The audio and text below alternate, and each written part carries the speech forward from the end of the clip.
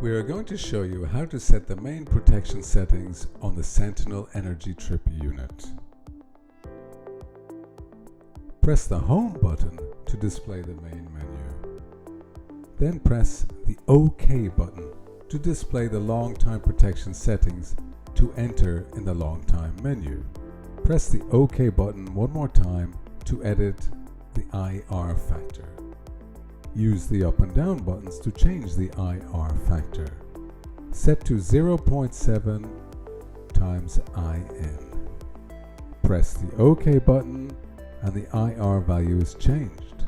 You can see the value in factor of IN and here in amps. Follow the same procedure to set the TR and the type of LTD curve.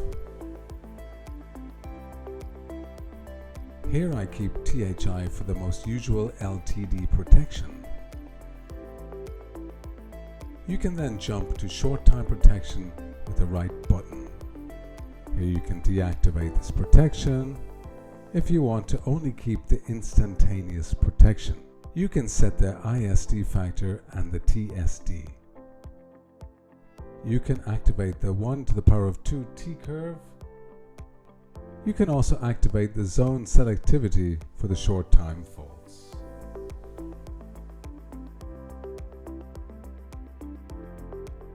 Now you can jump to instantaneous protection.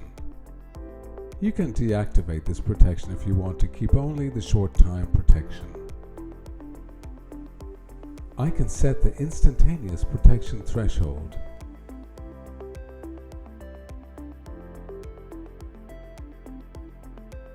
If required, you can jump to the earth fault protection.